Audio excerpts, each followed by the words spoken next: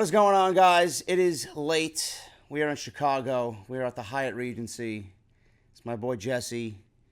You guys might be listening to the show weekly. You hear me mention the name Jesse. This is him. He's my other half, I would say. He's my other conscience when I watch the garbage that's on Monday and Tuesday night. Good evening, everyone. Welcome to Chi-Town. We're doing things a little bit differently today. Normally, I would be doing this by myself, and I would be very analytical.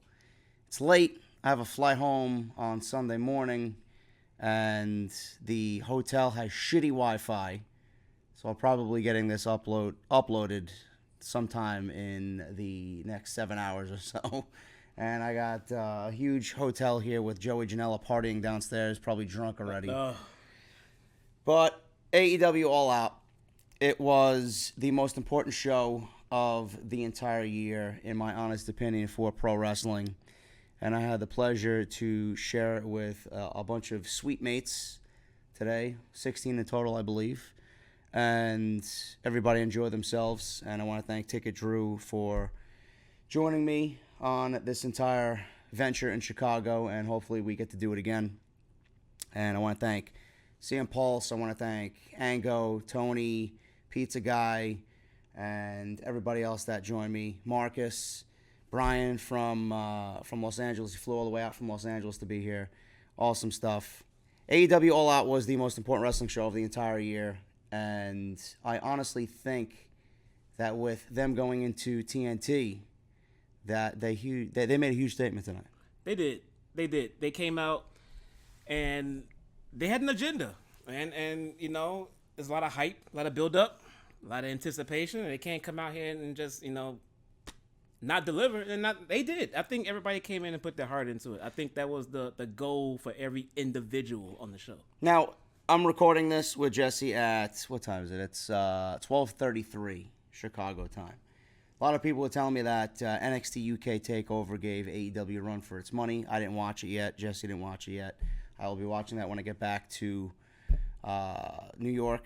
And I guess what we can gauge it off of is, in your honest opinion, I know I'm going to give my opinion in a second. Was this better than Double or Nothing? Why or why not? I'm going to say it was better than Double or Nothing. I'm going to say I think the in-ring work was better than Double or Nothing. I think Double or Nothing had a lot more substance to it. I think they had a lot more build to Double or Nothing, if I'm not mistaken, too. And they played a lot of storyline out and everything, which is, I mean, it was great. You know, I loved it. I think they did focus on in-ring stuff. I think the plans were changed. The original plans were changed. We'll get into that a little bit later on what they really wanted to do versus what we got. What we got was wrestling. I mean, we just got straightforward wrestling. That was it. There was nothing more to it, and we got the best fucking wrestling they had tonight, and it was really good. I would have to agree with that. I think the in-ring product itself was probably better than Double or Nothing, and I think a lot of people. I don't want anyone to go home from this show, if you watched it or if you were there, to go home disappointed because CM Punk didn't come out. And I guess everybody making their predictions kind of knew in the back of their head that he wasn't coming out. We hoped and we wanted. But I don't want anybody to think that he didn't come out. It was a bad show. It was absolutely one of the best shows of the year in ring. Double or Nothing had Jon Moxley with that big surprise. I was kind of hoping with the All Out name that they would go all out with a huge surprise, and they didn't do that. But I think at the end of the night that the in-ring action kind of overshadowed everything, and they really didn't need it. And the most important thing is that we got set up for TNT. We got a new world champion crown. We got a women's championship match coming on TNT. And AEW just solidified their tag team division as being the best in the industry right now, and that's something that I'm very excited about. So we opened up. I know you love tag team wrestling just as much as I do. Love it. Revival, where are you guys? Please. FTR. Please. All Out opened up. By the way, congratulations to Golden Boy for being there. I know I didn't watch it yet. I'm gonna watch it when I get back home. But I seen him from where I was sitting. Bro, good shit. Casino Battle Royale. Nyla Rose wins the Battle Royal. We had Leva Bates. Now, we were there live. We don't know. And some of these women we did not know. Fabi Apache, Priscilla Kelly we know because she's married to Darby Allin. Solandra Royale and Nyla Rose were the first to come out. Nyla Rose, obviously, the monster in that first pairing. Then we got the Diamonds out next. We got Penelope Ford, Shazza McKenzie, Sadie Gibbs, Big Swole, who's actually, I believe, the wife of Cedric Alexander. And we got Britt Baker, who I had pegged to win this thing. We had Tenille Dashwood come out, which we'll talk about in a second. Amazing. She was in there. Bea Priestley, Brandy Rhodes, Awesome Kong.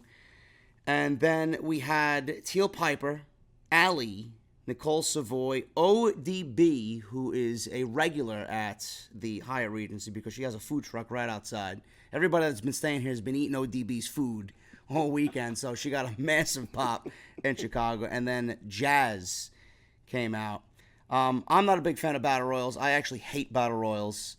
I was actually very happy that Nyla Rose won this thing, but I think the one thing that me and Jesse can both agree on is that the Joker in this thing, Jesse, was Mercedes Martinez. And I know you and I are on the same page with this. Why didn't the AEW team put Tenille Dashwood in that Joker position? One of the biggest pops of the night, believe it or not, I mean, at least leading up to the point we had gotten to, was the appearance of Tenille Dashwood. And it was huge. We just heard that she signed at Impact, and here she is. Boom. So I don't know why she did not get her own solo interest. That would have been great. She could have been the Joker card. The only thing I could think of is that they actually don't have her. They just had her for the night, and they don't have her. So to put her out there in the Joker spot and make her to seem like a big deal and then say, oh, she's actually at Impact. Well, then why did you present her like this? So it makes sense. Yeah, Mercedes Martinez was a nice surprise. I was a big fan of Mercedes Martinez. Not in the first Mae Young Classic. The second one, I actually appreciated her a little bit more in the second rendition of the Mae Young Classic. But with her not winning and coming out in that and getting eliminated so quickly, and then Tenille Dashwood, as we all seen from watching it live there, she got one of the biggest pops, if not the biggest pop in the entire match. Why not save that for the end? So if Mercedes Martinez was not going to win the match at all or have a say in winning the match, there's no reason why Tenille Dashwood should have not been in that last position.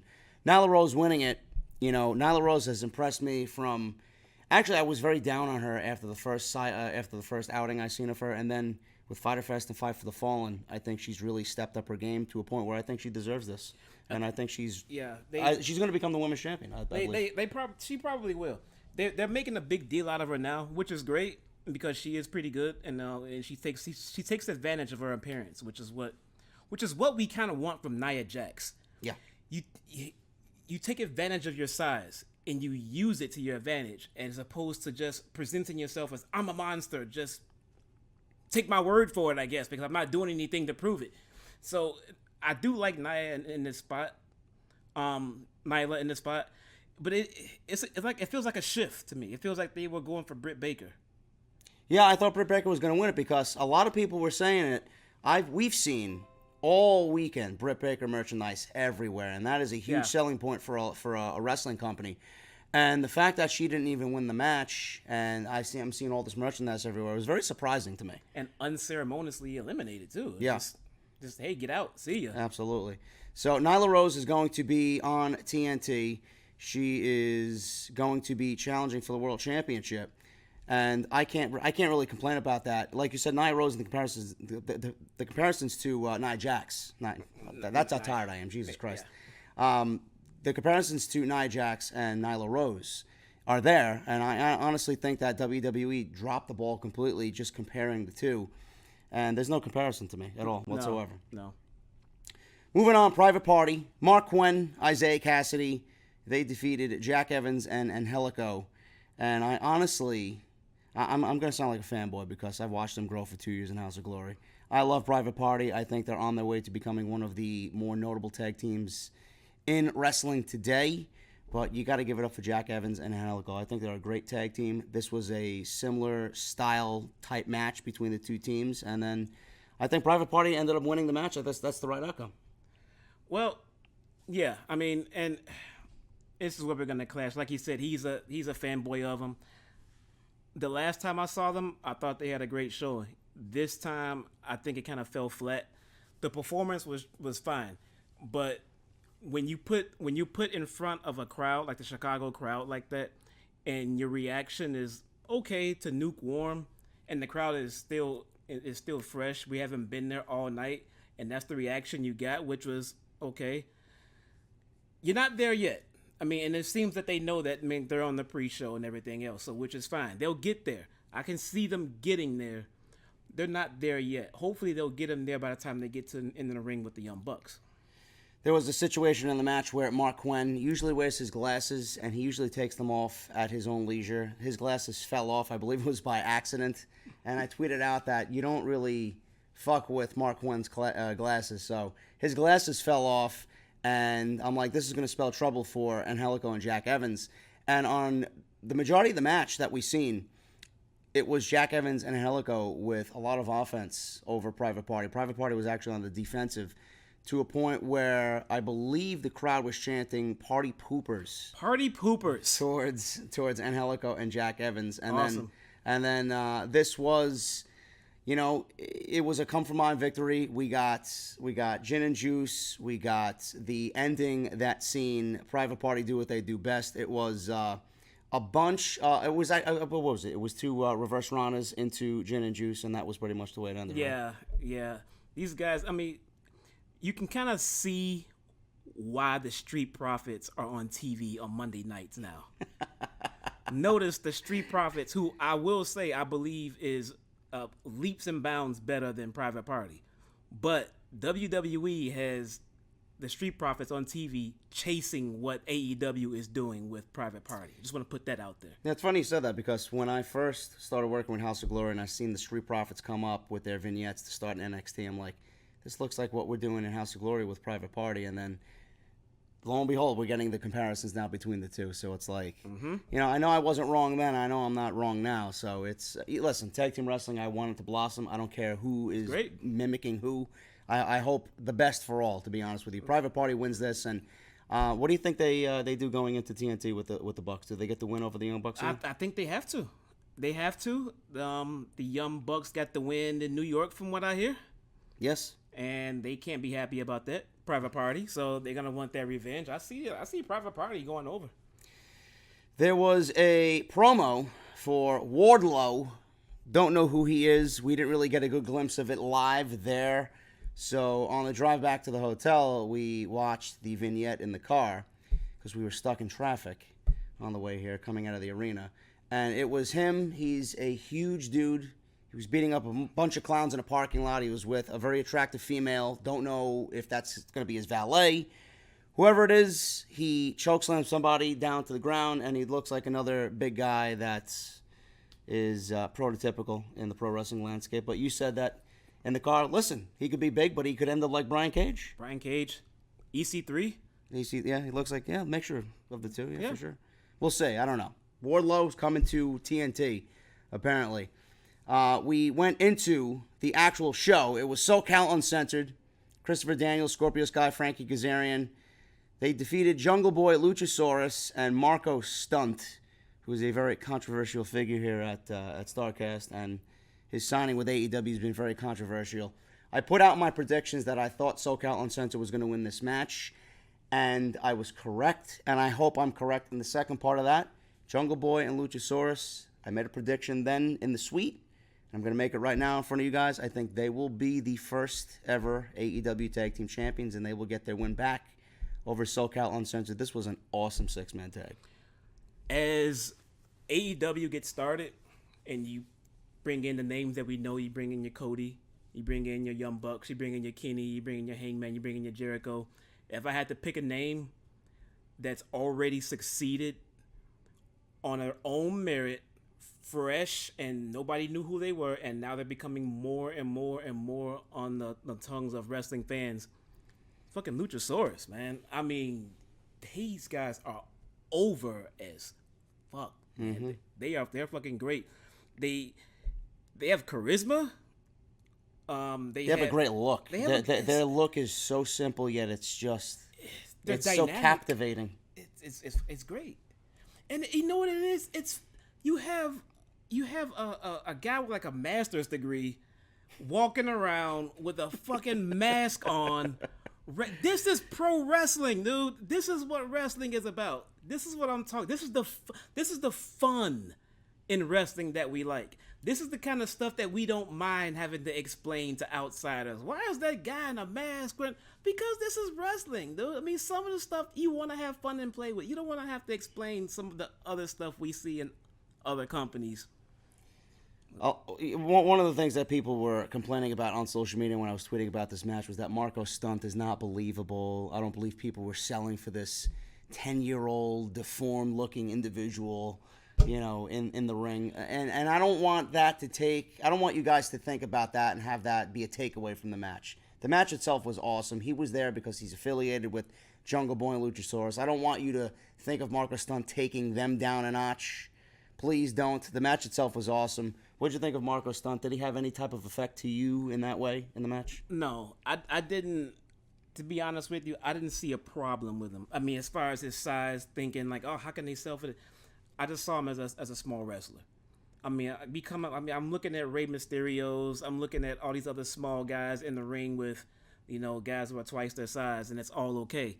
I mean, it's all subjective. I mean, it's all what you want to believe as to how it's sold and everything else. The match was great, and the guy is talented. I don't know what the big problem is. Speaking of talented, Luchasaurus did I believe a standing moonsault, and he did a tope over the top rope, which for a guy that size, I could watch all day long. Amazing. Tag team champions, folks. If AEW does not make them the inaugural tag team champions, I think that is an absolute crime. That's my prediction. I'll probably end up being wrong, but I think that is the one team. It's a good call. Yeah, that's the one team I think should win the tag team championships, being that they're so over. We went from the 6-man tag to something that I don't think anybody in the suite and anybody in the Sears Center expected to come second. Pac versus Omega, and this was so good. So good. I have to watch this match to see how good it is again. That's how good it was. So good. But being where we were sitting, I needed to see and analyze more in depth. But Pac ended up getting the victory. Some people were surprised. Some people were not. I understand why people were surprised. I understood why people were not surprised. I got the differing opinions from everybody. Pac beat Omega, made him tap out. Submission, TKO, passed out. We couldn't really see. It's a very weird ending. Yeah. We really couldn't tell what happened at the end from the suite. I mean, it looked like he had him rolled up, and I thought it was gonna be a 3 count with the roll up. Looked like a crucifix almost. Yeah, but then the ref just said no, he's out. I don't know if he was out or he tapped. I couldn't see him tapping, so I don't know. Well, it says here, we have Wrestling Observer to thank for these notes, people. Omega passed out due to a crucifix submission. Okay, that's out. According to Brian Alvarez. It is what it is. I mean, Listen, it keeps Omega strong, right? He don't tap out because you can't really picture Omega tapping out. Pac gets the win. Yeah. You said in the arena when we were there watching it live, Pac winning hopefully solidifies him being with AEW. Being there. I mean, if we had to take a guess at it, we did. I mean, I said Pac would lose. I mean, what was the reason that he didn't come to the last show? He didn't want to drop, he didn't want to lose while champion for Dragon Gate. Well, now he's not champion. So we figured he would take the loss now. No? They gave him the win. So, okay. Let's see what they got next. Now, we don't know what is going to come of this match. If Pac won this, I have a feeling that he's going to be set up for an AEW World Championship because wins and losses will matter here. He just beat probably the best wrestler on the planet in Kenny Omega. Do you see Pac getting a World Championship match to come out of this, being that it's already announced that Jericho will be defending, I believe it's on week 2 or week 3, one of those weeks, I'm not really sure, that he's defending the title. Will he be defending against Pac? No. And I'm going to have to flash forward a little bit on this one. I think they kind of learned a lesson from this show, and I think they're going to book a stronger main event for the next pay-per-view. Just to ensure that they had the best match possible to close the show. And it's a little bit foreshadowing to later. There was nothing wrong with the match that they had booked. It's just the position of it, the match style, and the way it played out. I think it kind of evened out a pace that we thought was a little bit higher when we left with the Lucha Brothers and the the Bucks. So I don't know. I couldn't see them booking that match for the next pay-per-view. No. I don't think Pac is strong enough yet. Not yet. Why do you think they put Pac and Omega on second? Was it anything to do with just coming out all guns blazing against what NXT did tonight with NXT TakeOver UK? It could be, but it also could be pacing. Now we know the whole card and how it laid out. It was probably a really good spot for it because, which we'll get into in a second, because this all correlates with the match order and how everything just kind of died off. There was some dead spots during the show, and it seems like I was going to say WWE with NXT. I do feel like they put all their guns up front with this pacing of the show and the match order, but I feel like with Pac and Omega, it really kind of played into the overall factor of the flow of the show, like we talked about earlier. Yeah. It was the best spot. This was the best. A lot of people were triggered by it and didn't understand it. I think it was the best spot for the match. Yeah, and everybody wondered who was going to come out and follow what Pac and Omega did. And the hardcore match, the Cracker Barrel match with Darby Allin, brilliant, Joey Janela, and Jimmy Havoc, that ended up being an unbelievable hardcore match for what it was, and the perfect match to set up. It was to follow Omega and Pac. It was. When we were there, we had people in the suite thinking, well, how in the hell are you going to follow that? And it goes with the pacing of the match, because now you get that match with Kenny and with Pac. So now where do you go from there? Well, now we get the hardcore match. Well, where do you go from there? Well, we'll get to that part, but this was a bright spot. This is a really good spot for these guys. They couldn't fail here. You put this match anywhere on the card and it was not gonna fail. It's just a matter of how you follow it after that. So yeah. And I mean, these guys absolutely killed themselves. I said in the car on the way over here, I think Joey Janela looked, Joey Janela is Joey Janela. We know exactly what he is. He's a one-trick pony, but he looked, for whatever reason tonight, he looked great in what he did for his genre of wrestling, I would say. His elbow drop looked great. He took his shit as usual great. But it's nothing that we're going to be blown away by. But right. Everybody's talking about the Darby Allin spot with the Cracker Barrel, and he did the deadfall drop on the steel steps. I think everybody in the suite literally jumped up and like, holy shit, is this guy alive? That was a scary spot. There was a couple tonight. That was a very, very scary spot. We want to see action like that, but a move like that, watching it happen, is scary. It looked very painful. I'm glad he's okay. I hope he's okay. Well, Jimmy Havoc won via pinfall. Havoc was shooting staples at All In. He got thrown into the steel steps towards the end of the match. All In sets the steps up and then puts Havoc down on him. All In grabs a barrel, goes to the top, hits the coffin drop or the deadfall. Nobody was there. A lot of people thought someone was actually in the barrel. Well, yeah, no. The guy next to us was saying, I bet CM Punk's in the barrel. And then he picks up one barrel and then no, and picks up a different one. I'm like, see, someone's in that one. No, nobody was in a barrel. So Janela drops Havoc. He hits an elbow drop, which from where we were sitting, I thought it looked pretty decent. There was another barrel in the ring that he brought into the ring. Havoc stops Janela on the top rope, hits a superplex. Janela, at the end of the match, Havoc ends up winning with a Rainmaker, as a Rainmaker, sending Janela completely through the barrel. 1, 2, 3. Jimmy Havoc wins. I thought this was Darby Allin, to be honest with you. We were talking about this before the show, and between Janela having the night that he had, he stood out to you. Yeah. My eyes were on Darby Allin. It seems he was getting the build.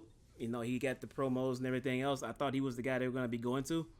And they kind of took us by surprise. They win with the guy this is his match. Yeah. This is his match. So this was his match to win. We didn't think about that. I think one of the biggest pops of the night, too, before I forget, is where Darby Allin, he loves skateboarding. He does all that that stuff. And he took his skateboard and he actually did a missile dropkick with his skateboard. So it looked something completely out of Street Fighter. Yeah. It looked awesome. Jimmy Havoc ends up getting the win in the end, which was surprising to me. But, Darby Allin is completely over with the audience, and he's going to have to get his W soon, He is. I do like that gimmick. And shout out to the guy in the suite with us who called the skateboard You said 15 minutes before he actually did it, right? He did. He legit called it, so. Best Friends, Dark Order. The winner of this receives a first-round bye in the AEW World Tag Team Championship Tournament. I am going to be completely opposite of everybody else. We've heard people in the suite. We've heard people at the venue. We've heard some reviews on the way home from the venue while we were stuck in traffic. I like the Dark Order. I don't know what it is about them. They're not boring. You just are boring people who don't appreciate tag team wrestling. The Best Friends, I know you're not big on the Best Friends because you don't understand them, which I understand. But the Dark Order, to me, are AEW's version of the War Raiders. It's the same shit. And these are two great tag teams who know how to fucking go. And the Dark Order's been pushed. You can see it just building up to this show. I had the Dark Order winning this match. They get a bye. What'd you think of it? Yeah, it looks like the money is behind the Dark Order. I figured they would win as well. I don't dislike them. I kind of like where they're going with it, but I do want to see where they're going with it. Yeah. I'm not sure where they're going with it. I'm interested. I'm not all on board because I'm waiting to see where they're going with it. I like the dynamic, but right now, yeah, I'm still kind of waiting to see where it goes. But they're all right. So, honestly, with the Dark Order being built up as their big heel tag team, I could see Luchasaurus and Jungle Boy taking them down in the end. That'd be pretty good. Everybody's shitting on the Dark Order for whatever reason, but you put them in a match with Luchasaurus and Jungle Boy, it's going to enhance the match. It's going to get them over. The fans aren't really going to care at that point because the babyfaces in that instance, I think, should win. But with the Dark Order winning via pinfall here, they get a first-round bye. I don't really mind it. I don't know. There's just something about them that I find very intriguing. They're very good tag team wrestlers. Yeah, and they are. I don't think they have any individuality. No, they don't. The main They're guys. great at what they do. Exactly. Yeah. The minions on the side. Yeah, that's fine. I get that part and everything else. But what's the main guy's name? Stu Grayson, and we have Evil Uno. I have no idea. No idea. And that's a problem. There you go. That's a problem. I'm a wrestling fan. I'm not some noob on the street. And if I don't know who these guys are, they're not telling me because I'm watching everything they put out. I'm watching On the Road to All Out. I'm watching all of the shows. Why don't I know who these guys are? That's we'll get to that in a second. That's a good point. After the match, the lights went out. We didn't know what the hell was going on. We seen somebody maneuvering in the ring because we were sitting in the luxury suite. Lights come on. Freshly squeezed Orange Cassidy comes into the AEW ring, and he's standing there. He's got his hands in his pockets. He's cool as a cucumber, and he hits a suicide dive with his hands in his pockets. And I posted on Twitter. It was the greatest suicide dive in the history of the business. It's pretty good, man. Yeah. That's a leap of faith, bro. Think about that shit. You can't brace your own fall with your hands in your pockets, man. Someone who's also very underrated and I think kind of misunderstood is Orange Cassidy. I think people are shitting on him for whatever reason because it's not what you expect from AEW, especially after the show we got tonight. But I like that they're taking a chance on someone like this because he's incredibly over, and if you give him a shot, I honestly think you'll fall in love with somebody like that. It's not meant to be taken seriously. And I know the guy can fucking wrestle. He can. The guy, if you look on YouTube, I'm sure you can find matches with him, and he knows how to wrestle. The guy is very athletic. It's just, he just wants to do as little as possible, and when he wants to, he'll do it. And then the pop for that is going to be amazing. Exactly. You know? It really will. I mean, he'll elicit a response from you for a move that you've seen 15 times already in said night. I mean, because it's how he presents it. And I'm not on the Orange Cassidy bandwagon. I'm not a big fan of him. I don't understand why people are shit on the guy because, I mean, it's something different. And the guy is talented. So, and he's over. So I don't understand this about why there's no reason for that. Speaking of being over, neither of these women were really over with anybody in the suite. Riho versus Hikaru Shida. Winner receives a shot at the AEW Women's World Championship on October 2nd against Nyla Rose. And I know you're in the boat with me with this one. Listen, I don't mean to shit on anyone that loves the Joshi style of wrestling. I said this on Off the Script a couple of weeks ago, maybe a month ago, with Io Shirai. We were talking about Io Shirai. Yeah. I mentioned Io and the heel turn, how great her heel turn has been. I don't think I've spoken to you one-on-one about this yet with Io. with the heel turn and having her go this new direction, getting rid of the colorful clothes, the similar style to Asuka and Kairi Sane, her standing out with the all black and the new hairstyle and the new attitude. Yeah, doesn't it translate to the American audience a lot better? It does. I mean, but in a subtle way. And in our American wrestling culture, heels wear dark colors. Yeah. So sometimes it's just the simple things. I mean, so if she comes out in her bright colors as a babyface and comes out in her dark colors as a heel, now right away you're already conditioning the crowd to start booing. Yeah. And you're already trying to get the crowd ready to do what you want them to do, as opposed to having us guess at your character and your gimmick. When I'm sitting there trying to figure out if you're heel or face or what your gimmick is or what you're supposed to be doing, then it's not working right. You're not projecting that to the audience. And who are these women? Like, who? Why should I give a shit about these two women? I have no idea. I'm gonna be honest, man. I have no idea. I watched for a few minutes and then I took a bathroom break and came back and tried to get into it. And I'm not gonna lie, I just couldn't get into it. There was no story build here. I had no idea why they were fighting, other than on the spot of the title, obviously. But how did they get here? Nobody knows how they got here. And I'm going to tell you this right now. I don't know why this match was even on the show. I don't give a shit who's watching me and who cares about Joshi wrestling. I don't. And I don't mean to come off very hard on what these two women did. They may be great at what they do. This match should have not been here. These women should have been in the Battle Royal. These women should have had a decent showing there. You should have put a Bea Priestley versus a Britt Baker. You could have did anybody. Evilise. You could make a fatal four-way to crown a number one contender here to go against Nyla Rose. And let's make one thing clear right now. We're not saying that any of those women are better than the two that were in this match by any means. How do you make the show better? That's what I am looking for here. This did not make the show better. If you Bea Priestley and Britt Baker have some sort of little history going on, why not put them in that situation and build that as a number one contender match for Nyla Rose? Not only that does it make the show better, having this match on the show and determining a winner with this match makes the Nyla Rose match a little predictable, because it does. Why would anybody believe any one of these women is going to beat Nyla Rose? By no means, no. By no means. To be honest with you, I mean, you could have put Brandy alongside of a mediocre wrestler in a match with Nyla Rose, and I wouldn't know who's gonna win, because you might think that Brandy's gonna screw her over or something like that. But like this, yeah, it's 100% predictable who's gonna win that match. So this was a come down match. Some people said the tag team match was a come down match. I enjoyed the Dark Order versus the Best Friends, but this to me was more of a come down match than anything else on the show. Riho wins via pinfall, and that was pretty much it. She ducked a knee strike and spun around, and Shida's body just folded up for a 1, 2, 3. After that, that was pretty much it.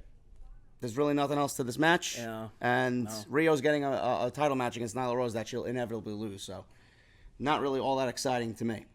What was exciting was that Cody Rhodes showed everybody how much of a geek he really is, and I absolutely love it. Came out dressed as Captain Jean-Luc Picard, or whoever your favorite captain is on Star Trek. My family loves Jean-Luc Picard. I fucking hate Star Trek. Cody with MJF. Everybody was wondering who Cody's, partner was going to be in this thing. MJF came out with Cody against Shawn Spears. Obviously, Shawn Spears is a heel with Tully Blanchard. MJF is better than you. I know he is. Okay. I know he is. Right. I wish he'd say that to my face and just completely shit on me. But we ran into him a couple times this weekend, but he really didn't say anything to me, because why the fuck would he? But MJF with Cody, Shawn Spears, and Tully Blanchard. I tweeted out, WWE, I'm sure, was watching this show. Triple H was watching this show. How can you fuck up Shawn Spears? And why does he look so much better here than he's looked in his entire WWE career? Because they actually give a shit here. They did. They put some time, they put some effort into it, and they pretended like they cared about him for a few minutes, and it's in a good spot. I'm happy for Spears, man. I mean, I think he deserves this spot. He looks the best shape in his entire life, period. Ever since I've been keeping an eye on him in WWE, he looks great. He's always been great. Well, I wouldn't say great, but he's been very good in the ring. He's got a great look. He can be a great heel. He can be a great babyface. The 10 shit is dead. This is Sean Spears. This was a rebirth of Sean Spears, and how proud he must be to be here, knowing where he was a year and a half ago, sitting in fucking SmackDown catering. It was. Sitting next to Rusev. Bro, I'm tired of the green beans. Bro, I'm tired of the mashed potatoes. You got something new for me this week? He's just sitting there, and here he is, the biggest wrestling show of the entire year, and he's in one of the marquee matches with an EVP of AEW. Hats off to him. Hats off to him, man. He deserves it. He's worked his ass off for a very long time in WWE as well, and they kind of gave up. They gave up on him. They did give up on him. They gave up on him, and which I don't understand. I mean, look, broken fucking record. I don't understand why they gave up on the guy, and so many others. I mean, look, if your push has died, if nobody cares about you, and they take you off TV, I get it. But then do something with them and repackage them and help them get over. Sean Spears never died down. They just decided to take him off TV because they were personally annoyed with the fucking 10 champs. It's ridiculous that the games they play and the personal vendettas they have against people, they take him out on TV. Didn't they bring him back to TV just to eat an RKO from Randy Orton? What a bunch of fucking idiots WWE. Just listen to CM Punk say that Triple H came out of retirement just to beat him and then went back into retirement. Which I don't find to be all that surprising anyway, but whatever. Anyway, MJF got involved in this thing because Tully Blanchard tried to get involved in this thing, which I didn't think he would, but he actually did. MJF tried to get himself involved here and help his best friend Cody out, and I'm just glad MJF was on the show because I found it very odd that he wasn't even booked on the show before this, but they found the spot for him, which is good. MJF and his antics trying to back up Cody here. Tully tried to continue getting into this match. Tully then got on the apron to pull Hebner away. MJF starts yelling at Tully Blanchard. Tully ends up taping his fist, and it looks like both he and MJF were going to fight. Tully throws his jacket at MJF. MJF throws his scarf at Tully, which was surprising in its own right, his Burberry scarf. Yeah, man. Spears then kicks MJF out of the ring, and then out of nowhere, we got Tully fighting MJF, and Arn Anderson comes to the ring and hits a gem of a spine buster. I didn't think Arn Anderson was going to show up, but the crowd popped. Unbelievable for this live. Hits a spine buster on Spears. Tully can't believe it. He realized what was going on. MJF is still outside. Spears looks to bring a chair into the ring. At that point, Cody then kicked the chair from Spears, hits a face buster. Cody grabbed the chair, and then that's pretty much it. That led to Crossroads 1, 2, 3. Cody wins the match, which I was surprised by. I thought Sean Spears was going to win this, and they were going to continue this on TNT, but it looked like it was one and done. You missed my favorite part, though. Did you see Sean Spears sell that fucking spine buster? He did. Like he just got hit with a fucking avalanche. I mean, he was dead for about 30 seconds. It was awesome. Now this is a good move because they're kind of tapping into that untapped market of the lapsed fan, where WWE doesn't give a shit about the people that they lost, and they don't give a shit about creating new fans. No. AEW is bringing back, or wants to at least try, and they're doing everything they can to bring back that lapsed fan that may be disenfranchised with wrestling on TNT. They're bringing in Tully, they're bringing in Arn, they're bringing in that old school mentality. It's just great, and this match was great storytelling to me. I love the antics of Cody and Spears and MJF with everybody getting involved, and this was just a beautiful mold, I think, of a lot of different elements, and it ended up working out for them. It is, and I want to clear something up too, because any other time you might catch me saying things like, why are they dipping into the Hall of Fame barrel? Why are they bringing back the senior citizens? Why am I looking at Goldberg on TV? Why am I dealing with this retired wrestler on TV? But then you want me to say, oh, look at this. Arn Anderson was in a great spot on a pay-per-view. Look at how he was used. All right. Arn Anderson came out. He did his signature move, and he left. The guy was out of there in a matter of a couple of minutes. He was not in the ring rolling around with another 60-year-old trying to get spots to line up and then crying and complaining and apologizing the next day on Twitter. It was not that kind of show. He came out, he hit a spot, and he fucking left, and the talent in the ring was left to finish the match. That's how it should be done. Obviously, Sean Spears looks great here in defeat. He did. He did. He looks like a much bigger star than they did walking in. He did. He looked like a big. He's a big deal. Yeah. He's a lot of fucking moving parts around him and his character right now. He's a big deal. Cody got the win. A lot of people might not like that. Oh, he's an EVP. He's getting the victory. Just shut the fuck up, really. I mean, it's not that big of a deal. He's not a world champion. He's not putting the fucking world championship on himself. He put someone in this match who is a very good friend of his, and everything just gelled together. Like I said, it just became a beautiful moment for everybody, and I thought it was awesome. It does. That win doesn't matter. They do say wins and losses matter, but don't take it out of context or the wrong way. Wins and losses matter. It doesn't mean if you lose, you're nothing, and if you win, then you. I mean, that just means if you lose on TV this week, then next week that will be portrayed in said storyline. Yep. You will not lose this week and lose next week and then be in a title shot the following week here on AEW. That's all that means. You're not gonna lose 4 matches in a row like Dolph Ziggler and then get put in a world championship match. Yeah. But yes, Sean Spears lost here, but he ended up being a big winner tonight in my eyes. Post match, MJF had the chair in hand, and you thought that MJF was actually going to turn into a mega babyface here, even though he was oddly portrayed as a face. Yeah, or heel, rather. He's about to turn more heel. More heel, I don't know what the hell is going on. I mean, I remember I mentioned this a week or so ago. Like, I don't know where they're going with this dynamic with MJF and Cody, because who's the biggest heel in AEW right now? You know, MJF.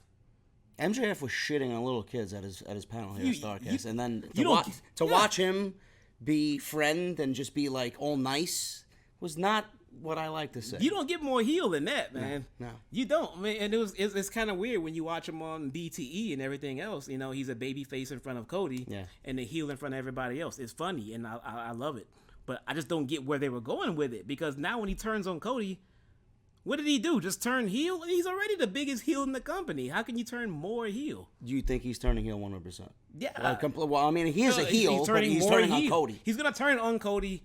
That's going to be the next feud. It's clear that's where they're going.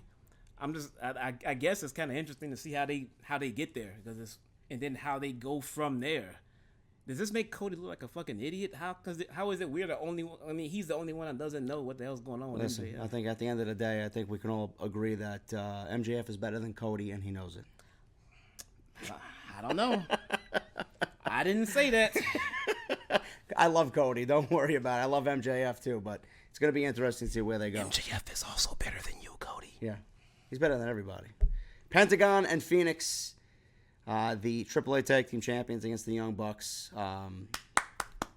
Listen, I want to get one thing straight here before we talk about the last 2 matches on this show. One thing that a lot of people were saying, and I was even asked tonight what I thought of the overall show and how the matches should have been flip-flopped. I'm like, whoa. What are you talking about? A lot of people tonight thought that... Because of who? Because of... Who reported it? Because of Dave Meltzer, who a lot of people don't like. He actually walked by me today. I didn't say anything. Pentagon and Phoenix, the Young Bucks. A lot of people thought this match should have ended the show. And bizarre how people would think this. Chris Jericho winning the world title should have been on before this. I get it. I get it in some weird, bizarre way, but I don't get it, and I would have never booked it to be that way. No. Why did people think that this match should have closed the show and Jericho winning the world title, the inaugural AEW world title, should have went on before this? The tag match was the better match. By leaps and bounds, there's no discussion about it. There's no match on this show that's going to be able to follow this. No. You could put fucking Kenny Omega versus a version of himself, mirror mode, in fucking Mario Kart. Not gonna happen. You can take Kenny and Pac, and if you want to line it up against this tag match, I guess you can. If you want to weigh out wrestling versus spots, that's great. But nonetheless, nobody's gonna say that this match was not as good as the main event. That doesn't mean it should have went on last. Okay, the best match can't always close the show. Unfortunately, not always. The most important match closes the show. How many times have I told you guys that WWE has... How many titles they got? 17? I lost count. 17, 18, maybe. I don't know. Maybe I'm off. I'm not even kidding. I lost count. Maybe. I don't know. They probably got like fucking 7 in the vault waiting to be created. Championships mean shit to WWE. AEW has no champions, and they were crowning their first champion on this show. I don't know why anyone would think ever AEW putting on a world title match is not going to be the main event. Championships don't matter in WWE. AEW is not WWE. They want their championships to mean something. All championships should mean something. I think it is 13. Is it? I just What, counted. You counted? Yeah, I'm serious. Even believe you Fucking counted. 13. How many- Yeah, I'm and serious. how many of them mean something? 0. I counted 0. NXT title. I don't. Well, you can't. Okay. I counted those. Okay. Well, those mean something. So, there we go. Those mean something. Main roster. Vince doesn't give a shit about titles. Tony Great job, guys. Khan cares about titles. Jericho winning the world title absolutely should have main evented. Don't give me that shit. Whoever thinks that way is a fucking idiot. This match was. I can't even say. Is Phoenix human? Is Ray Phoenix? Ray Phoenix was reportedly injured, a leg injury, and he actually did more work in this match than Pentagon. I don't even know if that was Ray Phoenix under the mask, like you said. It could have been a fucking doppelganger with the same tattoos. I don't know. But the guy absolutely killed himself. Pentagon did how much compared to Phoenix in this match? He said and watched the Ray Phoenix show like we did. He said, "Holy crap! Look at that! Get out there and help, asshole!" What I mean, he did. To be fair, Pentagon did a fucking a Mexican destroyer off the ladder through a table. That was awesome. I guess that could constitute as something, but Ray Phoenix, to me, looked like he wasn't even hurt. It was. Hey man, miracle. I don't even know where to start with this shit. Yeah. I don't even know. There was a Canadian destroyer off the ladder. This guy got injured and then did more work. He worked that night. He worked the next And he's night. working tomorrow. And he's working tomorrow. We were handed a flyer outside the fucking show. He's working tomorrow. Don't know how. The guy's dark match too tonight. The guy's not human. The guy's not human. Anyway, we had Matt gets Phoenix in a pile driver position. Nick climbs up the ladder, but Pentagon super kick Matt in the face. Then Phoenix gets tombstoned. Pentagon then shoves the ladder over. Nick's foot catches the top rope and ends up only going through one of the tables on the outside. That spot It's a was very ugly spot. Fucking ugly. It's an ugly spot. When they were setting up the spot, and I saw what they were trying to do, and I saw that they were building towards it, I legit got very concerned, and I said out loud to everyone around me, that ladder is not close enough. Yeah. To the edge of the ring. He's not going to clear it. He's not going to make it. And sure enough, you can tell he tried to make it, but it was at a point where he should have either committed and gone further or backed off and gone shorter, because he ended up going through the first table and it looked like his head was the only thing that connected with the other table. Everybody was concerned. Referee went over to immediately check on him, and Nick hopefully he's all right. He looked all right. They obviously walked out on their own, but that was very scary. Pentagon and Matt up on top of the ladder right now. He then unmasked Pentagon, which I don't know. I have to watch the show back, but it from where we were sitting, it didn't look like it was planned. Maybe it was. Who the fuck knows? I'm sure it is. But he unmasked Pentagon. Phoenix springboards in. He gets super kicked. Pentagon then shoves the ladder over with one hand on his face, covering his face. Did you hear the booze? Yeah. And then he shoved the ladder over with the other hand, and Matt crashed on the outside. Pentagon gets his mask back on. He looks to pile drive Matt through a ladder. And then we got a zero fear on the ladder. Pentagon and Phoenix then climb up, and they grab the titles together to win and retain the AAA Tag Team titles. Ranking as far as ladder matches go, where would you put this? It's just pretty up there, right? No, that was the best one of 2019. Yeah, and that's obvious. That's easy. Yeah, but I would say after the match is what everybody's really talking about, because it's got me most excited. We knew what these two teams were going to do. This is no surprise to me. Everybody was wondering where these two other guys were going to end up, and we got fucking the opening scene of Dark Knight coming into the ring. We got. Well, before that though, I want to touch on this because I think this is huge. The Bucks got themselves booed. That's huge, dude. How do you get booed as the Young Bucks in Chicago? That's fucking huge, dude. That's What made them boost? when he ripped off his mask. He ripped. That's why. That's why I said I thought it wasn't even planned. They're like, oh, fuck yeah, I was playing. He didn't take off that guy's mask on a whim. That's his whole career, man. That's his career. But that's how much respect it is. That's how much disrespect it is. I'm sorry, to take off someone's mask. That's their whole livelihood. He get booed. I loved it. He get booed for that. He don't boo the Young Bucks unless you take off someone's fucking mask, dude. I'm sure those people are not going to be booing the Young Bucks because they'll be at Pro Wrestling Tees tomorrow all day signing autographs. Yes, buying the t-shirts and booing. Post-match, we had the Dark Knight opening scene play out right in front of us. Two masked men who looked like two of the Joker's goons came into the ring. Everybody kind of knew who they were. And then it was kind of solidified when one of them went up to the top rope and we got the goddamn street sweeper. LAX unveiled themselves and they have arrived in AEW and they have solidified AEW's tag team division to be the greatest on the planet right now in all of pro wrestling. And I'm fucking excited about this, man. About LAX. It's good. I mean, it's not as good as Braun and Seth. Oh my! How could it be? I mean, but it'd be all right. We got. So what are you talking about, Braun said? What about Rude and Ziggler? Oh yeah, them too. Sure. We got LAX. We got the Lucha Brothers. We got the Young Bucks. We got Luchasaurus and Jungle Boy. Jungle Boy, Luchasaurus. We got the Dark Order people. Dark Order is there. Best friends. Private Party. SCU. This tag division. You fucking kidding me? Is gonna fail miserably. This is the worst fucking tag team division I've ever seen. Terrible. LAX. I think this is a great signing with AEW. I can tell you firsthand, I was at the House of Glory show, and Ortiz trolled whoever he was talking to because I overheard him.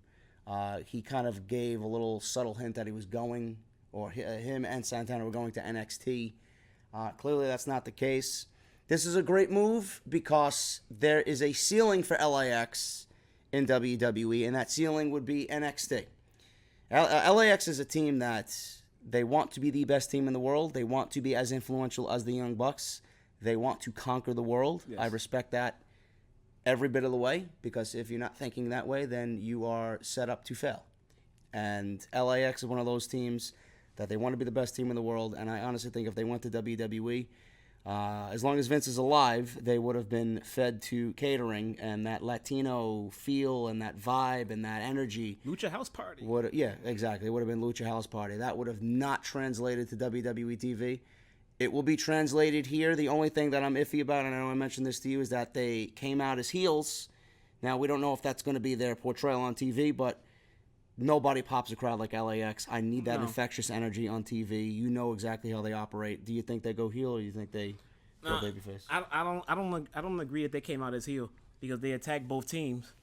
There was indifference there, though. There was. I mean, they can show up on TV and go either way. Yeah, they really could. I mean, they attack both teams. Everyone's happy to see them. They can come out and establish now what they want to do. Maybe they want to come out and read the crowd. Maybe they want to read the crowd and then decide how they want to book them going forward, which would have been the best idea. I mean, but you can still go heel or face. They're not locked in anywhere right now. Yeah, they're really not. They would have been a good fit for NXT, but like I said, their ceiling would have been NXT, and after that, it would have been over. Do you see them in the tag team tournament? I don't know. It's already started, right? It's already started. I mean, you want to show favoritism? Put it like this. To be honest, do we even know that they signed? I think if they showed up tonight, they're pretty much a done deal. How many Sean Spears wasn't signed when he first? I mean, they showed up. We don't know that they actually signed. Well, I don't see them showing up here and then showing up on September 18th at Full Sail. Nah, me either. But okay, if they called WWE tomorrow and said we want to come there, what's they gonna say? No, you were at fucking All Out. No, we got Enzo and Cass. Yeah, we got Enzo and Cass. We got them in the back pocket. It's good to go. Which is all bullshit, by the way. If you're hearing anything. And I'm telling you right now, if Triple H or you're reading any other dirt sheet or idiot on YouTube, we both of us think that it's all bullshit. Enzo and Cass were reached out to by WWE. There's no doubt in my mind. So yeah. I just want to set the facts straight on that. But speaking of facts, I think everybody figured this was going to be the case, and it ended up becoming a big fact in reality. Jericho, Page, AEW World Championship, the first ever AEW World Champion crowned tonight. Yes.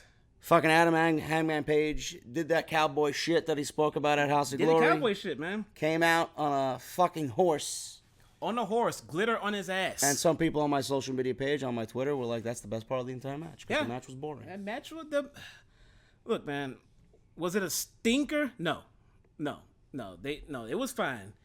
But if you want to put it on a scale compared to everything else we saw through the night, it was not as exciting as most of the other matches. It was not. I mean, at least not to me. I mean, but we have a new AEW champion. I mean, we had Chris Jericho and Hangman in the main event. We didn't get the result we thought we were going to get. We didn't get the match we thought we were going to get. But we didn't get a bad match, guys. It was not a bad match.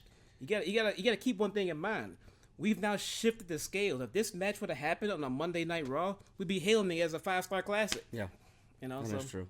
Do you think some of these companies and some of these shows go so hard in the beginning of the show that at the end of the show we expect so much that it just ends up failing in the end? Like, these shows are too good in the beginning, and then something like this that should be honestly this should resembled what Pac and Omega was. Yeah. In the main event, and we didn't get anywhere close to that. Yeah, my thoughts were, and I touched on it earlier, that we were supposed to get Moxley and Omega. Yeah. We lost Moxley. Mm-hmm. And then we get Pac 34 seconds after we found out we lost Moxley. Yeah. Now, either they got on the phone, called Pac, struck a deal, and got him all his arrangements in a few minutes, or they already had Pac in the back burner and he was going to be here doing an angle that they were going to do. So, at least to me, I mean, I'm just guessing at this one. Moxley went down. They put the surprise of the night, which is going to be Pac, into his spot, and took away our surprise pop of the night. Now, getting into this match and why I think it just didn't sit well, I mean, just the match itself, again, the match was fine. It's just where it's set on the card versus everything else that happened on the card versus one more X factor. Did we see a certain Phil Brooks tonight? No, and I don't think people should really be disappointed with the match itself because CM Punk didn't come out. I think we were all kind of hyping ourselves up for CM Punk.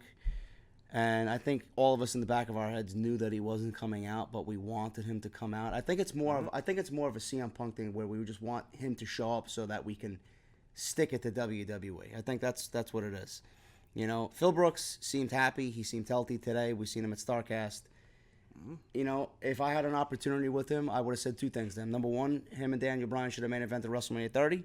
And I am happy that he remained out because nobody else has ever stuck to their guns as much as he has. And I respect that in a human being. But do we see him? Because Chicago's getting AEW TV on November 27th. Do we see him? And Tony Khan tonight mentioned that All Out is going to be a destination event every single year that AEW is around. All Out, every Labor Day weekend is going to be here in Chicago. So do we eventually see CM Punk in AEW? No. I think after tonight, I think everybody's just done with Phil Brooks. Nobody gives a shit anymore. Phil Brooks will never be in another wrestling ring again. That's it? Really? That's it. Okay. So now... Yeah. Now... certain people on YouTube, stop clickbaiting me. Now we can stop waiting for it. We can stop anticipating it. I think he'll be at TV. You think it'd be? Yeah, he's gonna be a fucking TV, man. Okay, for sure. Listen, I hope he is for sure. The pacing of this match, a lot of people didn't like the pacing of the match, but what do you expect from a 48-year-old Chris Jericho? Like, do they expect him to go channel his 25-year-old self? You want to know the double-edged sword we're playing with that one, though? When Jericho puts on a fucking classic, look what he did at 48. And we get this match tonight, I'm like, oh, yeah, it's 48. Yeah, look at the Omega matches. He worked a different style. Oh, actually, Kenny worked a different style for him. That wasn't a fucking 60-minute Okada classic, and he brought himself down to Jericho's level. That gave Jericho a way to kind of look better than Omega did, which is unbelievable. And Jericho tried to do that the best he could without all the bells and whistles here with Page.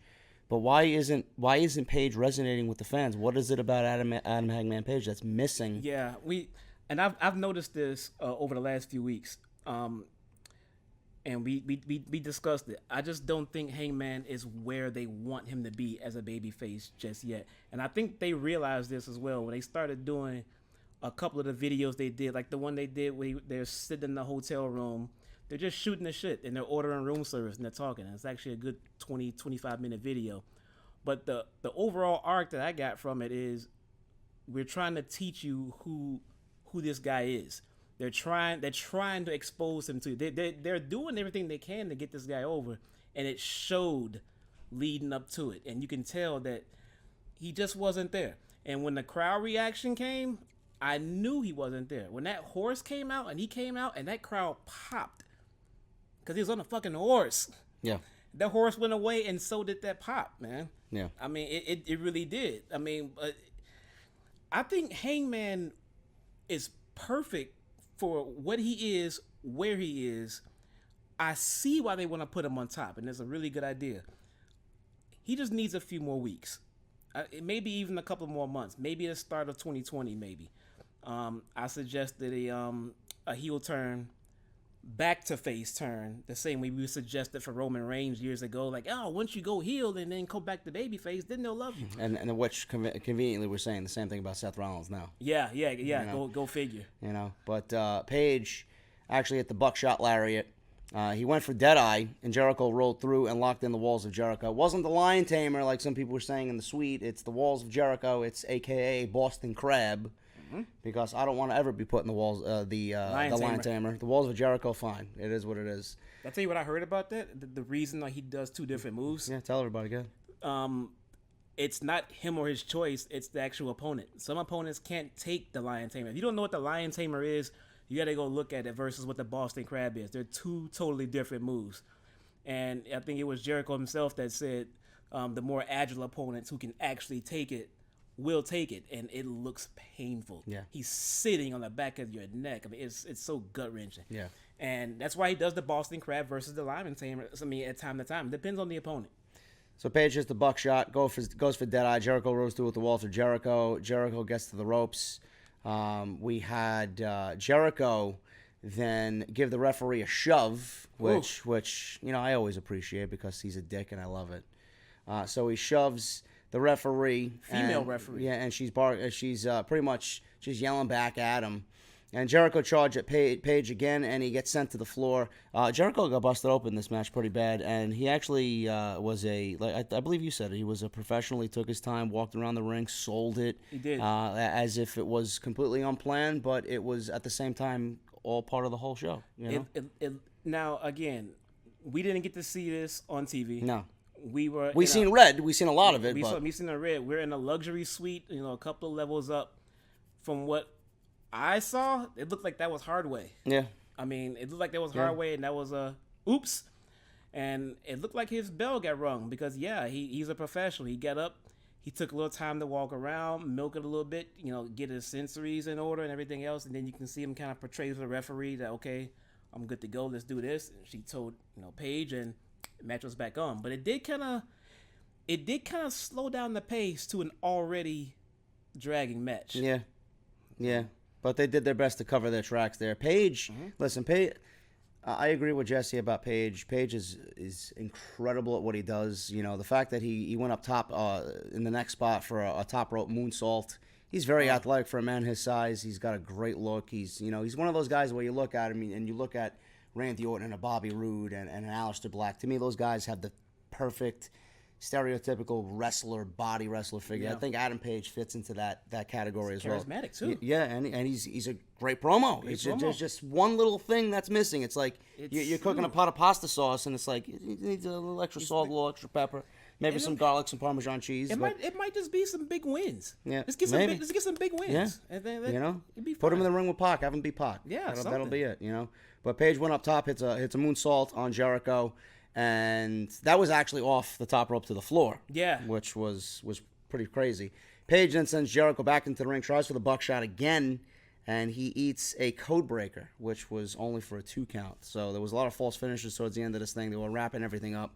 Page then hits an elbow, hits a running shooting star press.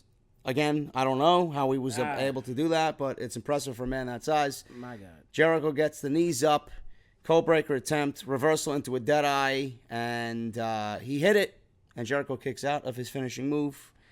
So then Page went for buckshot again, hits it, Deadeye attempt, and Jericho this time backslide. Page went for another elbow. Jericho hits the Judas effect, which I fucking hate, because A, he's named it after his fucking song. And nobody should be ending a match with a fucking back elbow, unless you're Andrade, because he does it good, you know. But I don't know, man. I don't like the finishing move. I expected the end here with Jericho winning, but I gotta get rid of that shit. I fucking hate that Judas effect. Like you just said, the guy's 48 years old. I mean, they have to come up with better ways, safer ways to end matches and to make moves. I mean, I get it. I mean, I get it. I mean, but he still does the code breaker and everything else. So. I know. Well, either way, Jericho wins with the Judas effect. 1, 2, 3. He's the AEW World Champion, first ever in its history. After the match, Jericho is celebrating. We're looking at the replays on the big screen in the arena, and we all collectively took out our phones. We're like, here it is, the moment of truth. And there's no cult of personality. No cult of personality. At all. I need to make something clear. CM Punk told us, Conrad told us, everybody told us that he will not be there. So when that show ended, you had, 13,000 people waiting for everybody, fucking CM Punk. Every single breath in that fucking venue was waiting for CM Punk to come out. Punk. Cody came out, but I think he strategically came out in plenty of time to not lead anyone on to make them think that Punk was coming out. Yeah. And it was way after cameras were done, and he came 25% of the arena already empty out. Yep. Because they knew, and Cody came out anyway, and then he introduced Tony Khan, and Tony Khan told us that they're coming back to Chicago, and next year is going to be a destination event starting with 2020. Mm-hmm. You know, AEW All Out for Chicago every year after that Labor Day weekend. But at the end of it, a landmark event. This was the perfect event to lead into TNT. What do you think WWE is thinking about? I know they watch with bated breath here. Vince tweeted out that he watched NXT TakeOver Cardiff, which is bullshit. But I'm pretty sure he had one of his fucking clowns watch this show. Yeah, I don't think it matters, man. I mean, you don't think Triple H had any interest in the show? Oh, he had plenty of interest in it. He did. I mean, but his interest, and along with anyone else's interest, is not gonna matter because Vince didn't watch. Vince doesn't care. Watching, okay, he doesn't care. This. I got Ciampa versus Adam Cole on September 18th, ready to go. You know who cared? You know who cared? The whole SmackDown writing team cared. They probably watched the show and then wrote this Tuesday SmackDown accordingly. What's gonna happen to this Tuesday SmackDown? You know who cared? Rusev sitting in fucking catering. He's like, well, my buddy Sean Spears is out there. Why can't I go do that? Lana, come on, let's go.